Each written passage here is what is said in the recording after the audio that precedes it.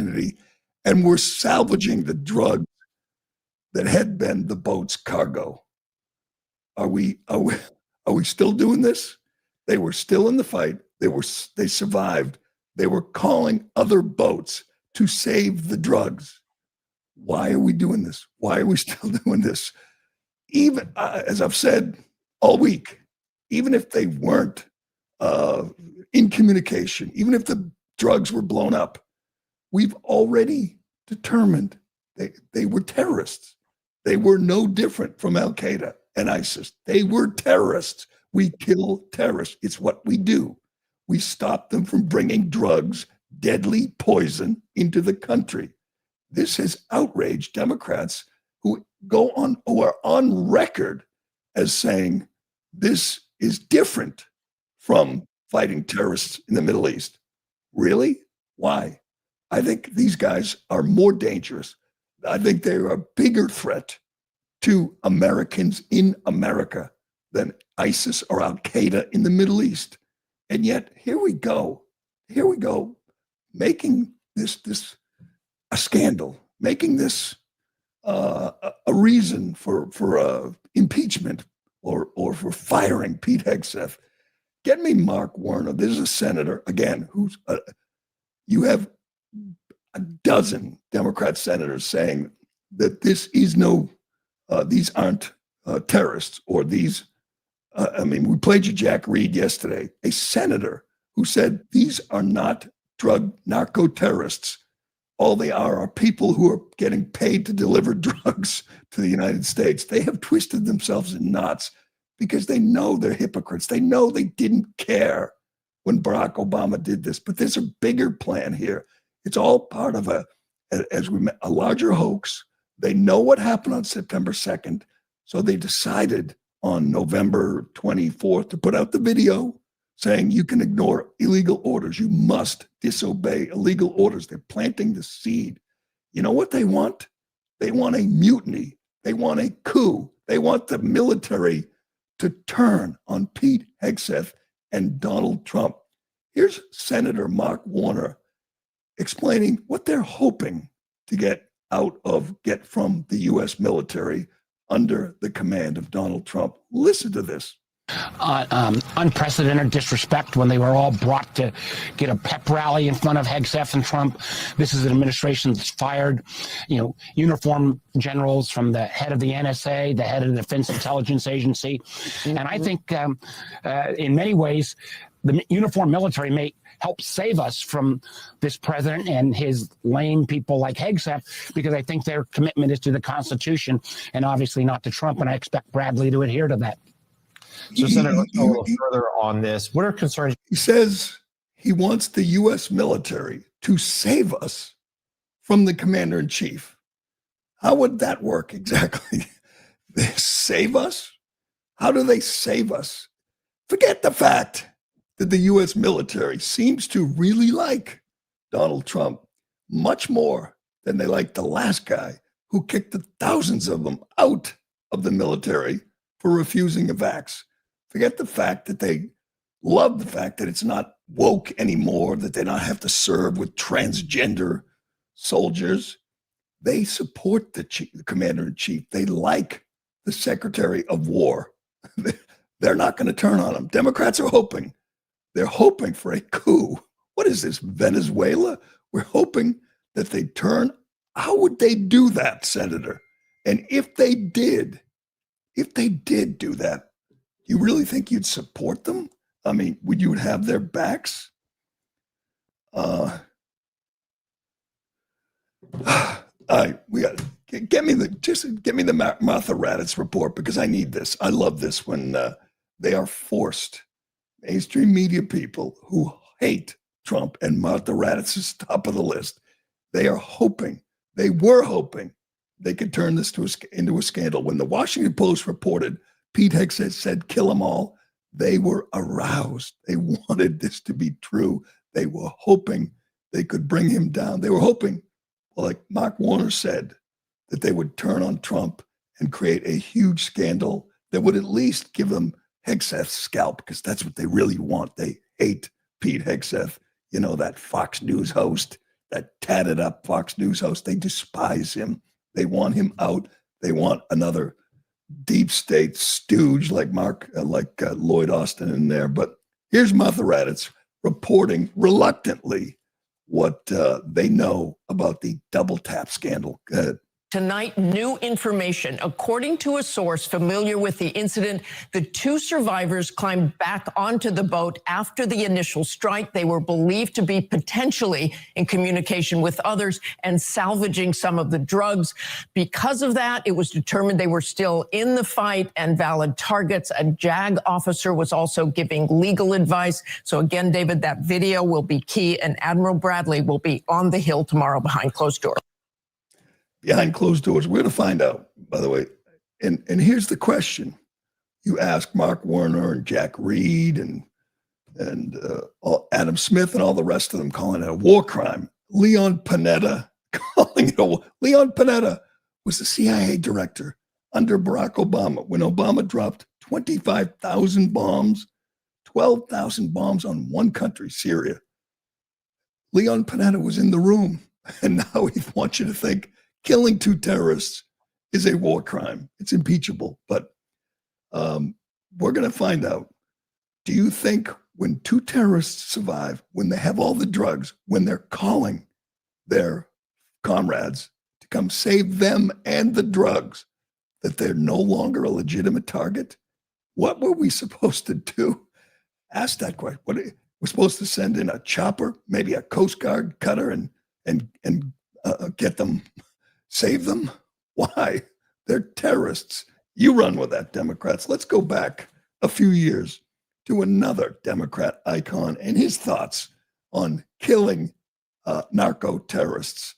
Don't forget, Democrats said, Jim Hines, Connecticut Democrat, said, there's no such thing as a narco-terrorist. Narco-terrorist. Tell that to the, I would say, millions of Americans who've been affected by this scourge of drugs brought into this country. We know 400,000 people were overdosed or were poisoned in Joe Biden's term. We know they have families. We know they have friends, kids, and their lives were destroyed, shattered by these terrorists. And today, Democrats are saying they're just people trying to make a living. Here was Joe Biden a few years ago delivering the rebuttal to George H.W.'s State of the Union address and saying Bush's efforts to stop narco-terrorism, they're not enough. We need to do more. It's not even the same guy. This is before all the plastic surgery. This is before the dementia.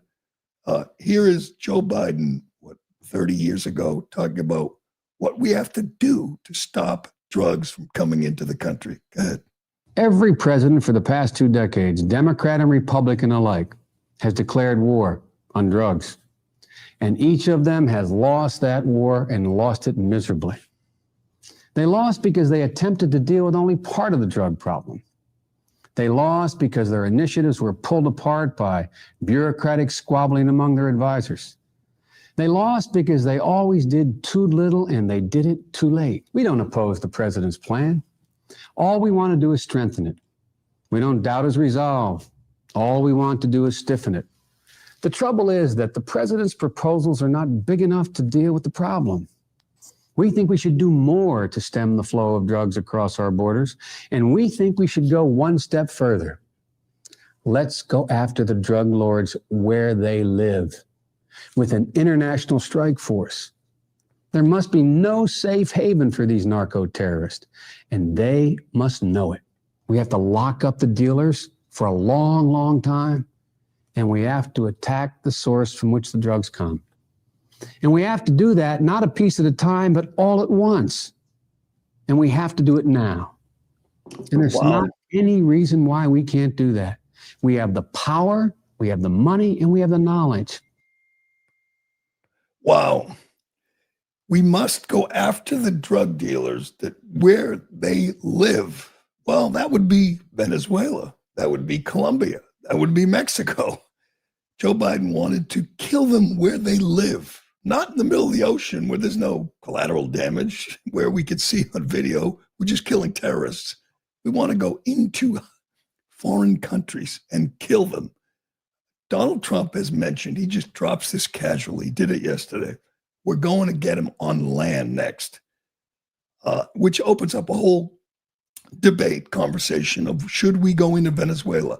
My answer is no, definitely not. But his effort here, his strategy is pressuring Maduro to leave, to scram, to go to Qatar, go to Moscow, go to Cuba. And I think that's part of it. I don't think Trump will send troops into Venezuela. I think we've seen enough over 10 years of Donald Trump to know he's not interested in another foreign war, even if it's more strategically important than going into Yemen or Syria or Iraq or Iran or whatever.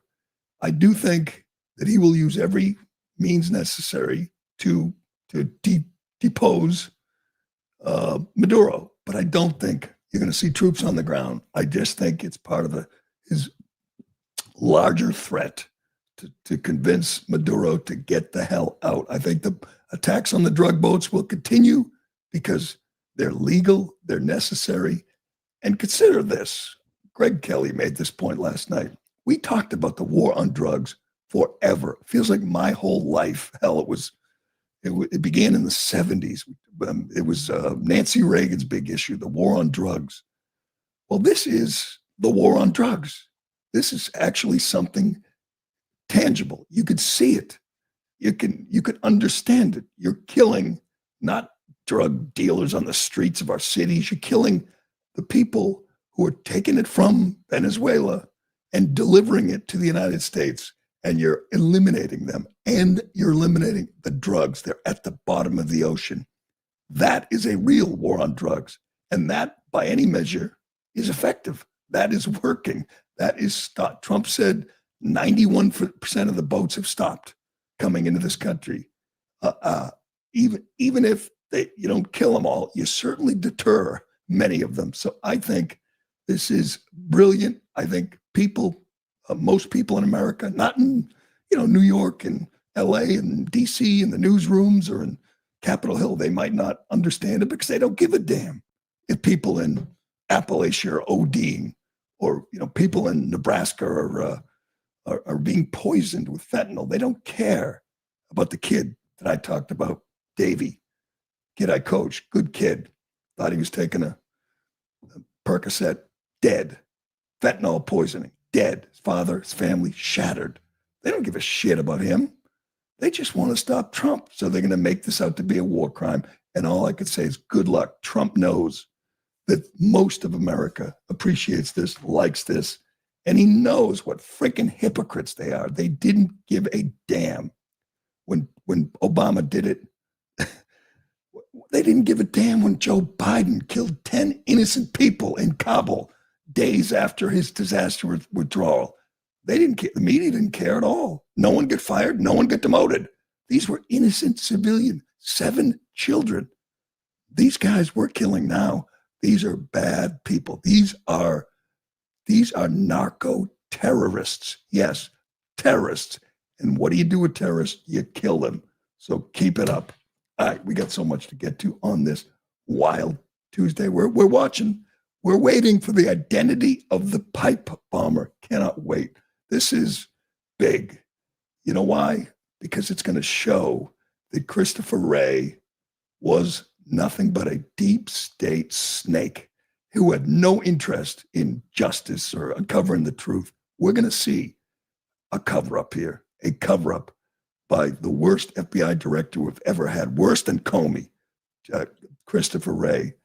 I need him brought to justice before Trump's term is up. I need Christopher Wray in handcuffs. All right, we got to get to the latest on Little Mogadishu, Minnesota. This scandal, as many people have said, it's only the tip of the iceberg. This is exploding. And we understand that the Somalians are scammers, are crooks, the ones that, hell, almost everyone who's been arrested is Somalian. It's not demonizing. It's not targeting, to point out that I believe the number is 78 arrested. 77 or 76 are Somalian. That's not demonizing. That's telling you the truth. 56 convictions already. Almost every one is a Somalian. And they want you to believe that's racist. That's Islamophobic. No, that's just stating the facts. But the bigger scandal is they all knew. Tim Walz damn well knew. Keith Ellison, that corrupt AG, he knew. Jacob Fry, that pathetic squish of a mayor, he knew. This is a Democrat scandal because Democrats were protecting this criminal organization in their city for political power. That's the bigger scandal. We got more details on that. And an effort by Democrats, led by Pramila Jayapal, they've introduced a bill to protect illegal aliens, to give illegal aliens who get arrested by ICE free lawyers. That's your latest effort from your Democrat Party, which really is devoted to protecting and defending criminals. That is their top priority. We'll get to that and more, but first. Excuse me. All right, folks, some breaking news right off the top. Beam's cyber sale is now open for early access to my listeners, and it's their best offer of the year, but for only 48 hours. Right now, my listeners get up to 50% off with code word Gerry. You can grab Dream for just $32.50. That breaks down to just $1.08 per night for the best sleep of your life. Go to shopbeam.com/Gerry. Use code word Gerry and don't miss out. This is the lowest price Dream has ever been sold anywhere, and it will likely sell out quickly. Dream is packed with ingredients your body actually needs to sleep. Reishi, magnesium, L-theanine, and yes, even melatonin, but dosed intelligently, not like the drugstore garbage that knocks you out and leaves you groggy. Here's what happens. You fall asleep fast, you stay asleep, and you wake up sharp, focused, and ready to face the day. And that's never been more important. I look at it this way. At the end of the night, it's like having a little chocolate milk at the end of every night. Go to shopbeam.com/Gerry. Use code word Gerry and get up to 50% off during Beam's cyber sale. You can grab Dream for just $32.50, but here's the catch. Dream is only available at this price until it sells out. So seriously, think about it. How much would you pay for a truly great night's sleep? With Beam's cyber price, it's just $1.08 per night. Go to shopbeam.com/Gerry and try Beam today. I got a question for anybody here on the chat line, for anybody. Ironhead, you can give me an answer. Do you like when Trump uses really strong language? Do you like it? No, I absolutely love it. I have mixed feelings, and I'll tell you why. I love the fact that he has no filter. I love the fact that he doesn't care. He knows the media will explode in rage when he calls Ilhan Omar garbage. He knows that, and I appreciate it, and we've never seen anything like it, and we never will. But here's where I have an issue. It becomes the story. It becomes a distraction. When he did this cabinet meeting and he did it and he went off on Omar and called her garbage, I knew right away. I laughed, but I knew right away that that would be the story. It would give them something else to focus on. What if in that, yesterday he did it again. He told Somalians to go back home, and we'll get to it. But what if he did something different? What if he had his facts all in front of him? What if he had a chart and he showed you some of the numbers? He showed you that, let me see, 76 of 78 people charged in the Feed Our Future fraud were Somalians. What if he showed you that, I don't know, the average IQ of Somalians in Somalia is 68, which is technically developmentally disabled. It's one of the lowest IQs. What if he showed you that more than half the people in Somalia are products of incest, of cousins marrying? What if he told you that 99% of women in Somalia suffer genital mutilation? What if he told you that 80% of them, the Somalians in Minnesota, don't have high school diplomas? 50% are illiterate. What if he told you 37% of Somalians in Minnesota don't speak English? What if he made the case that they don't assimilate? that they come here, they leave a culture of corruption. That's what it is in Somalia, a culture of corruption. Everybody is stealing, bribing, taking payoffs, and they bring that here. And that's what happened over the last 5 years. They came here for the express purpose of ripping us off. Wouldn't that be more compelling than saying she's garbage, they should go home, and all they do is complain? How about if he said all they do is look for ways to steal from us? They collect welfare and food stamps, and then that's not enough. This scandal is incredible because it's so brazen. They check this out. Feed Our Future. That's one of the agencies they used to steal billions from American taxpayers, sending some of it home to Al-Shabaab, an Islamic terrorist organization that has killed Americans. There are 5.8 million people in Minnesota. Feed Our Future, build the state for 125 million meals over 20 months. 125 million meals. How many did they deliver? None. And nobody saw this. Nobody knew about it. It took Christopher Rufo in the City Journal to break this story. There's an organization in a media outlet in Minnesota called Alpha News, and they cover this. But the mainstream media not only ignores it, they cover it up. They are writing today. I checked out the websites. ABC in Minnesota has a story about how Somalians contribute so much to the community, to the economy, that they start businesses. They're good neighbors. They are lying about this. You know why? Because they don't want to be racist. They don't want to be considered Islamophobic. You're going to tell me that the Attorney General didn't know all this? Keith Ellison? You're going to tell me Tim Walz wasn't aware of the theft and fraud going on under his nose? Of course he knew. But they were A, a reliable voting bloc, and B, they were literally threatening to accuse him of being racist. Anybody. That's what the employees at the Human Services Division agency in Minnesota said when they sent that incredible post on X, that not only did Walz know, but he did everything he could to crush whistleblowers who tried to tell the truth, who tried to expose this fraud. And this isn't small time. This is huge. This is massive. Do we have that news report where you get to see the houses they bought? They bought real estate in Kenya. They bought cars, luxury cars.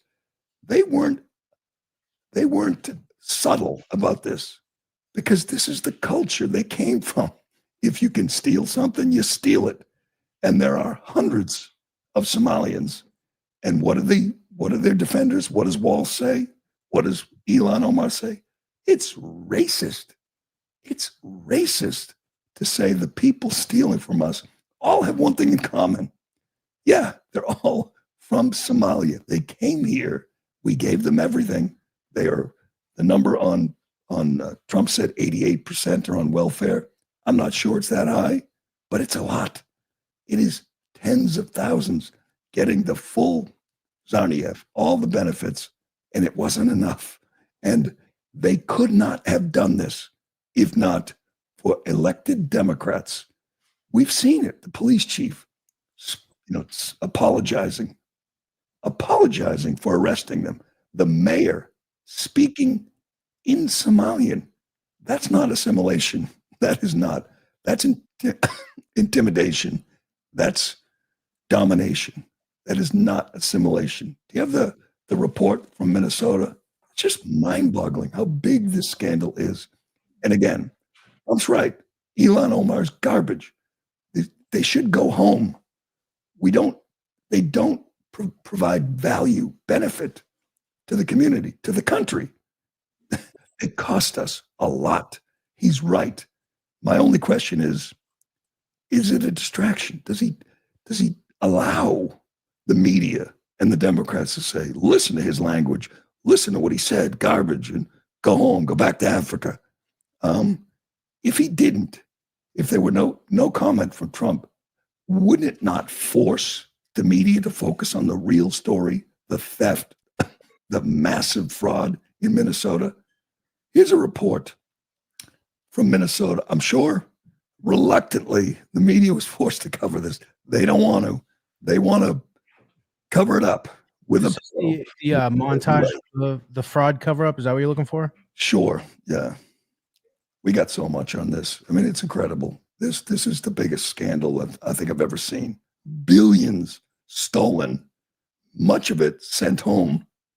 They sent more money home than the entire federal budget for their hellhole of a home country, Somalia.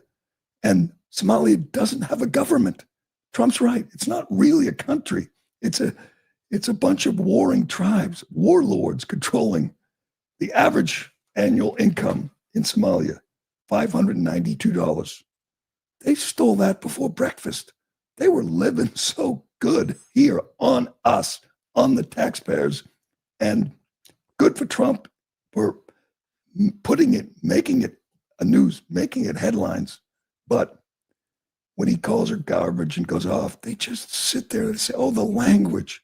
It gives them the chance to ignore the real story. That's all I'm saying. Sometimes I appreciate the language, even the vulgarity. But other times I say, can we focus? Focus on what they did here. Focus on what walls covered up. Here's a news story on the level of theft and fraud. The scope, the scale, it's almost unfathomable. Go ahead. The first 7 defendants in this massive case are standing trial together, and their portion of the alleged scam is centered in Shakopee. At a strip mall just off the main drag in Shakopee, where Empire Cuisine and Market used to be located, Abdi Aziz Farah and Mohammed Ismail claimed to serve millions of meals to Minnesota kids in 2020 and 2021. This portion of the alleged Feeding Our Future scheme involved $30 million in federal funds for which they weren't entitled, money laundering, extravagant purchases, and the help of 6 other defendants, according to federal prosecutors. Like many of the anecdotes made public in the $250 million Feeding Our Future case, some of the things the defendants in this first trial are accused of doing border on absurd. Prosecutors say the defendants claim to be serving meals to kids in places that make no sense, such as this big parking lot in Shakopee, or in derelict commercial spaces like this. According to court documents, the defendants created sham meal count sheets and phony attendance rosters with children names such as Man Sincere, Ron Donald, or even John Doe. Names the Shakopee School District is expected to testify don't exist in their schools. Then what was done with the money? Prosecutors say they will trace how the defendants used the federal money to buy vehicles, real estate, a down payment on a $2.5 million home build, and a honeymoon in the Maldives. The 2 main defendants were also charged with passport fraud, and Ismail pleaded guilty to that. But as to the alleged meal fraud, attorneys for the defendants say they did not knowingly defraud the government. They did not. They provided meals for John Doe and Man Sincere, but they didn't knowingly defraud the government. They did, and 56 have been convicted and many more to come. And you listen to some people, Democrats, some people in the media, and they will say, oh, he's targeting, he's demonizing our community. The community's been conquered, captured. When you have a mayor and a police chief speaking in Somalian and apologizing for busting people, who did that? You got a problem. And it will never, never not be just amazing and mind-boggling that Kamala Harris picked the guy who allowed that to happen as her vice president. Yes, Tim Walz was almost vice president. This clown who sits there and tells you Trump's racist and Somalians are wonderful. He says the happiest day of his life was when Ilhan Omar was elected to Congress. Let's remind you of one of the first things Ilhan Omar did when she was elected to Congress. Do you have this report? She went to bat for Somalians in Minnesota who joined ISIS. As I said, when we talked about this, how there's no love for this country. And Trump could do a better job explaining that. There's no appreciation for the country. They don't join the U.S. military. They join ISIS. Check this out. Sentencing for 9 Somali American men is set for next week in Minneapolis, but a newly elected official is asking for leniency. Minnesota Representative-elect Ilhan Omar wrote a letter to the judge asking for compassion instead of decades of prison time. And Fox 9's Karen Scullin joins us now with what she had to say to defense attorneys and U.S. Attorney Andy Lugar. Karen? Well, defense attorneys are asking for leniency, but so are several others who filed letters to the judge on behalf of the defendants. But U.S. prosecutors responded tonight with strong arguments why all of them should, in fact, receive the recommended sentence. Election night was just 2 days ago, but it seems Minnesota Representative-elect Ilhan Omar may have already made her first move as an elected official. In a letter signed November 8th, Omar asks a U.S. district judge for compassion when sentencing 9 Minnesota Somali American men convicted of trying to join the terrorist group ISIS. She says the best deterrent to fanaticism is a system of compassion. We must alter our attitude and approach if we truly want to affect change. We should refocus our efforts on inclusion and rehabilitation. But she's not the only one. 13 letters, including one from the dean of students at Minneapolis Public Schools, were also sent to the judge asking for leniency. Osman Sheikh Yusuf says, I truly am honored to call Abdi Rahman my friend, and I hope that good things happen to this wonderful young man who totally deserves a second chance in life. But those letters and defense attorneys' request for a lighter sentence might not be enough to convince a judge. U.S. Attorney Andy Lugar has filed a response arguing against any lightened sentence. As to the defense claims, some of the men were immature and were therefore impulsive. He says there was nothing impulsive about the defendant's decision to continue to try and reach Syria, despite the FBI's numerous attempts to stop them. So we had 9 guys in Minnesota trying to join ISIS. And Ilhan Omar, who hadn't even taken office yet, 2 days after she was elected, is calling for inclusion and compassion for them. I would say that qualifies as garbage. That is a garbage person. They are garbage people. Trump didn't say everyone. He said her friends are garbage. Those are her friends. They're garbage. He was right. He was right. Omar was asked yesterday by Jake Tapper, why is there so much crime, so much fraud in your community? And didn't have a good answer. Look at her. She's on CNN with her hijab on. Again, I didn't even know about that story, that Somalian Americans, as she points out, they're mostly Americans, were trying to join ISIS when we were at war with ISIS. And a congresswoman elect, was begging the judge to go easy on them in the name of inclusion and compassion. This is a sitting congresswoman who will be, she's right about one thing. She said she will outlast Trump. She will. She'll be in Congress for the rest of her life. This woman is garbage. Listen to her answer when asked why so many of her fellow Somalians are stealing from American taxpayers. Can you shed any light on why the fraud got so out of control in Minnesota? I think what happened is that, you know, when you have these kind of new programs that are designed to help people, you're oftentimes relying on third parties to be able to facilitate. And I just think that a lot of the COVID programs that were set up, they were set up so quickly that a lot of the guardrails did not get created. The guardrails did not get created. You know what? The answer is it's part of their culture, the culture that we imported, as we pointed out. Kristi Noem said 2 days ago that 50% of their visa applications were fraudulent.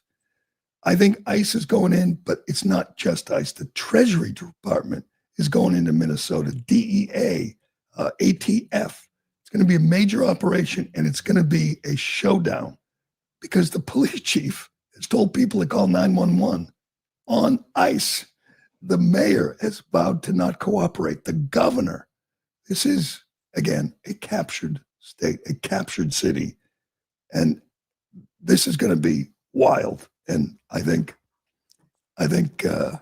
Tom Homan and Kristi Noem, they know it. They know this is the day. This is the place where they're going to start arresting elected officials who impede ICE. That's going to happen. We have Trump on Ilhan again. I'm on Ilhan Omar again. I usually say good when Trump has no filter and speaks his mind. And in this case, he's right. But it allowed the media to move on from the real scandal to talk about his crude language. Here he is talking about Ilhan Omar and her friends yesterday. And the Somalians should be out of here. They've destroyed our country. And all they do is complain, complain, complain. You have her. She's always talking about the Constitution provides me with, go back to your own country and figure out your Constitution. All she does is complain about this country. And without this country, she would not be in very good shape. She probably wouldn't be alive right now. He's probably right. He's probably right. If we didn't save her from a Kenyan refugee camp and give her everything, and not a day, not a moment of appreciation, of gratitude, which is the most maddening thing about this garbage person. Here's Ilhan Omar answering back, which went exactly how you'd expect. He's racist. He's Islamophobic. He's transphobic. He's xenophobic. He's every kind of phobic. Here's the other thing. Good Trump. He's kind of diffused this attack. He's kind of made it meaningless. If everyone's racist, nobody's racist. So he doesn't care if you call him racist, which is the proper attitude. The approach to this is call me whatever you want. I'm not backing down. That's good. That's the difference between Trump and Walz and Frey or Ellison. They will turn their backs on massive fraud for fear of this being labeled racist. Go ahead.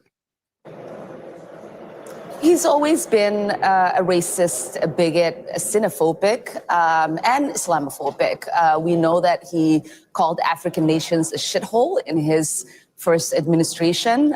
We know that when he came down that escalator, he said he was going to stop Muslim immigration into this country. And so it is not surprising that he is going after Black immigrants in this country. And it's certainly not surprising that he's choosing a Black immigrant community that is also Muslim.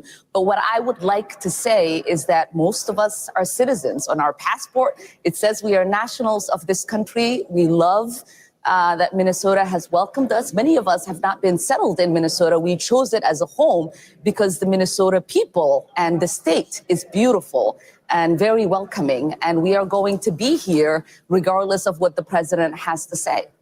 I agree. Did you catch that? She almost said, we love this country. She said, we love the Minnesota people. We love that they've let us.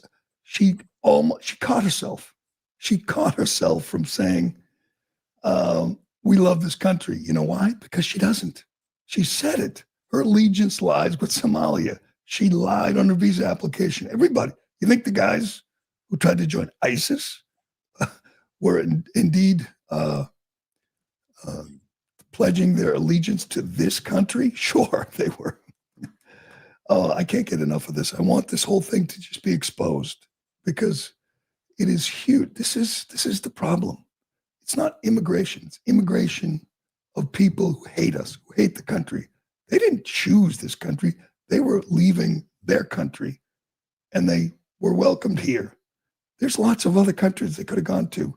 They came here to change it, to not assimilate, to dominate, and to steal from it. But it's only just begun. As many people have pointed out, it's the tip of the iceberg. It's going to get worse.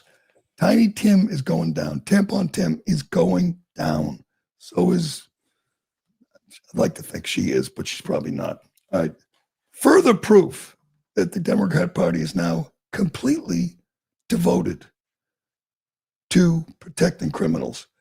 This is an actual congresswoman, I can never say her name, Jayapal, Congresswoman Jayapal from Washington, yesterday held a press conference to reveal that she's introduced a bill. It's called the Dignity for Detained Immigrants Act.